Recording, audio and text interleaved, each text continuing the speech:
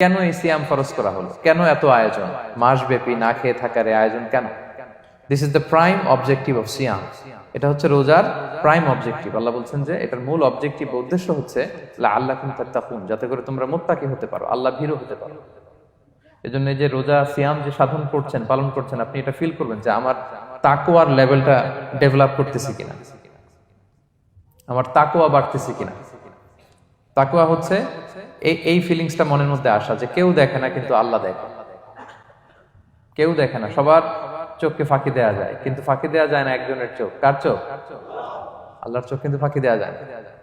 এই জন্য শুধু সিয়ামের সাথে আল্লাহ স্পেশালি বলেছেন লাআল্লাকুম তাত্তাকুন, যাতে করে তোমরা মুত্তাকি হতে পারো। একটু খেয়াল করে দেখেন, এই যে রমাদানে আমরা মাঝে মাঝে একা একা রুমের ভেতরে থাকি, ঘরে থাকি, খুব তৃষ্ণার্ত। আমি যদি বোতল ভরা পানি আছে, 2 ঢোক পানি খেয়ে ফেলি, কেউ বুঝবে? আজকে বাসায় কেউ লুকায় পানি খেয়ে আসছি কিনা, খেয়ে আসছি না না খেয়ে আসছি, আমাদের চেহারা দেখে কি বোঝা যাচ্ছে বলেন তো? বোঝা যাচ্ছে না।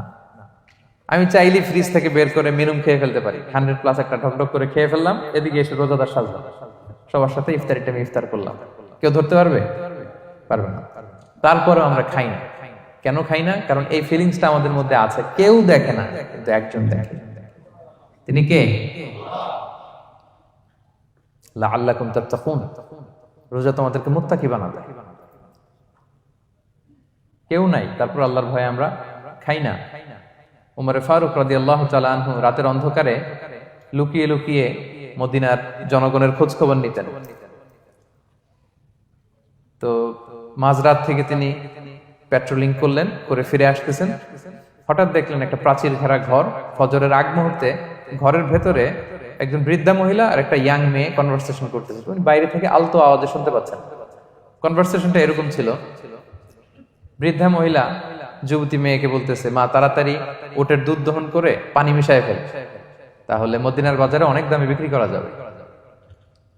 ওমর ফারুক কাউকে দেখতে পাচ্ছেন না, শুধু শুনতে পাচ্ছেন কনভারসেশন।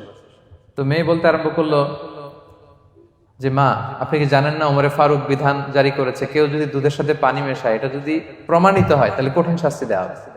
তো মা বলতেছে, আরে পাগলি মেয়ে, বোকা মেয়ে, গভীর রাত, এখানে ওমরও নাই, ওমরের পাইক পেয়াদা সৈন্য সামন্ত কেউ তো নাই, এই তো সুযোগ আমাদের, দিস ইজ দ্য টাইম, দুধের সাথে পানি মেশা।